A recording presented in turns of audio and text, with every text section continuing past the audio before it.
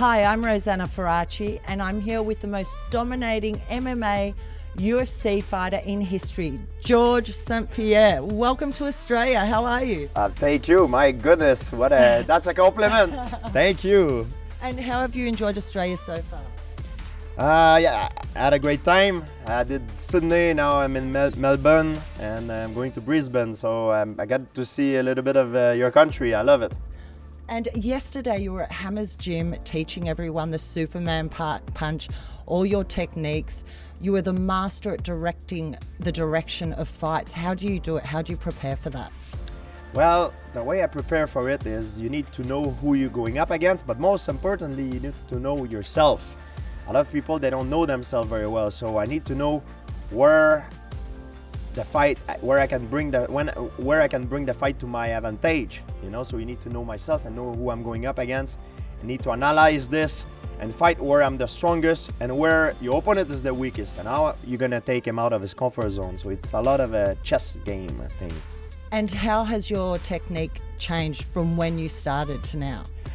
Well, I'm more experienced than I was before, and when you're more experienced, you're more clever, you're smarter, and I learn also new tools. I'm not the same person that I was before, and I'm smarter, and I'm like good wine, you know. I'm keep improving with time. Get better. Yes.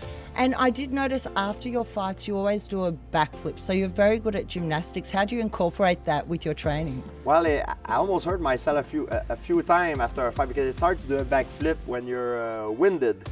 I can do a backflip, no problem. It's easy to do anytime. However, after a fight, when you're tired, it's very hard. And backflip in gymnastics is probably the first move that you learn. So it's a very basic move. It's very technical. It looks very acrobatic, very spectacular. But if I teach you, if I give you some pointers, you could learn it. I'm not sure about that. I'll have to try. I guarantee you would. And you've been in a few movies, but I do know you have a love of dinosaurs. If someone came to you with the movie offer of doing the next Jurassic Park or an action movie, what would you pick?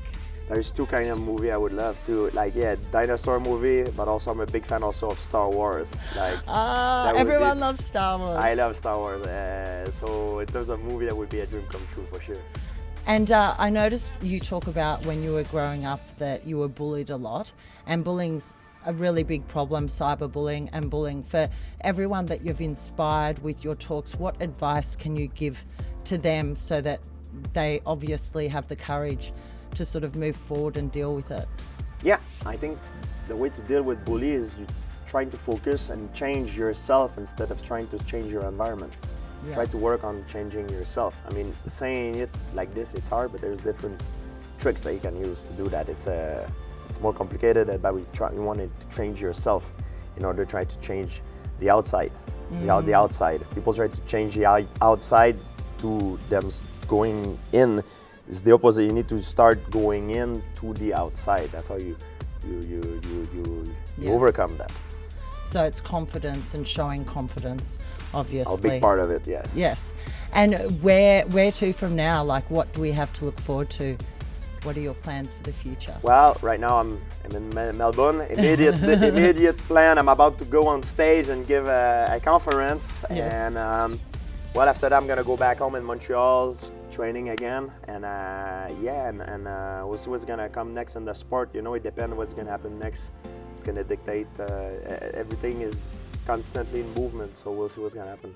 Do you think you'll do a bit of archaeology as well? That was a passion of yours growing up, I heard. I always do. However, I know that I would never be a paleontologist when I had the chance to go on site with real paleontologists, microbiologists, and real professional. And when I went on site, I couldn't spend like hours and hours and days like digging like this. Oh my God. I don't have the patience. I like to acquire the knowledge, but I don't like to work for it. Oh, I'm lazy.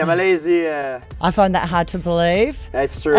It's true. As a terms of scientific knowledge, I don't like to work for it. I like to get it, and I'm as an athlete, I like the process of working hard and obtaining the result, you know, and they give you some more satisfaction. But in terms of scientific knowledge, man, it would be hard to work and this. It would be. But when you put your mind to something, you're very determined. I guess.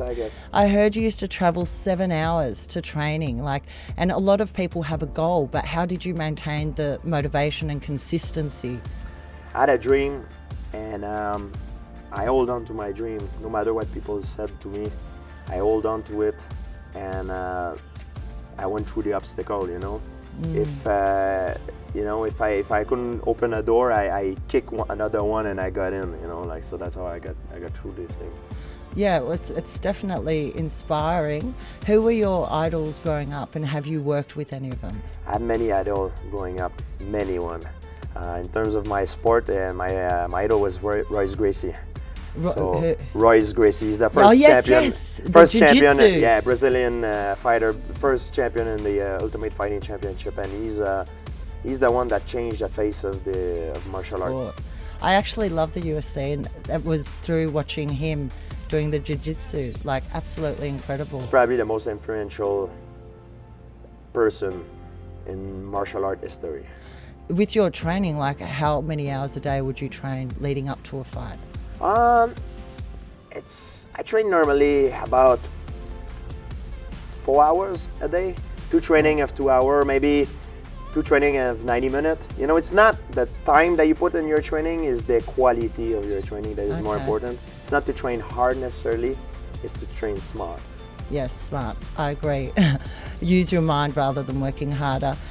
Do you have, Bruce Lee says, be like water, and all these athletes have these philosophies that they live by. Do you have any philosophies for all the kids out there or adults out there? Well, philosophy, for me, I have key words that I'm saying to myself before a fight, but I have a philosophy also that I use in my life. I always try to persevere, and no matter what is the obstacle, try to go through, and you know what I mean? Like I said, if one door can't open, I kick another one and I get in, So it's like a puzzle, and finding the right pieces to the puzzle. Exactly. And who would have been your most challenging fight? Well, there's a lot of guys. As a fighter, you always think you can win every fight, right? That's our spirit. That's how we're wired mentally. So for me, my most challenging fight would be against myself. That's a brilliant answer. It's kind of a cocky answer, but that's what it is. No, it's a brilliant answer. And I have read that you do like your junk food. Have you tried any junk food outlets in Australia? I love it. I had an ice cream spot, and I went every day while I was in Sydney. Really? And what was it called? I went twice a day also. Oh, wow. Messina, I believe. It's very good. Well, you'll need to try a few more restaurants while you're in Australia. I will, for sure. Thank you so much for the interview. It's been an absolute pleasure, and I look forward to seeing your seminar now. Thank you for having me. I'm very glad to be here, guys. Thank you.